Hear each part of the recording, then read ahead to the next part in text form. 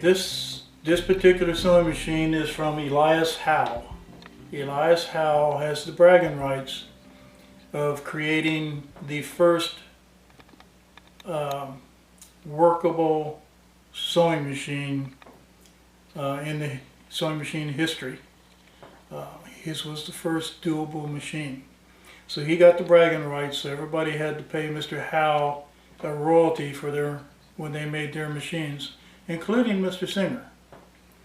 But this is a Howe machine. This is from 1886. We believe it was manufactured a year after Elias's death.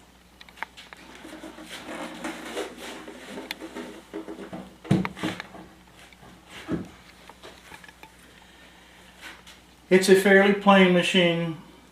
Has 3 drawers, a lift-up table to extend the sewing surface.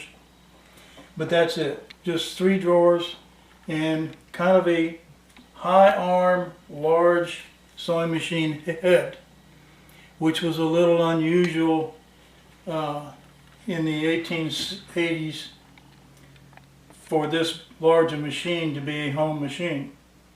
But again, it's Elias Howe. He always had his picture, his portrait profile on the machines.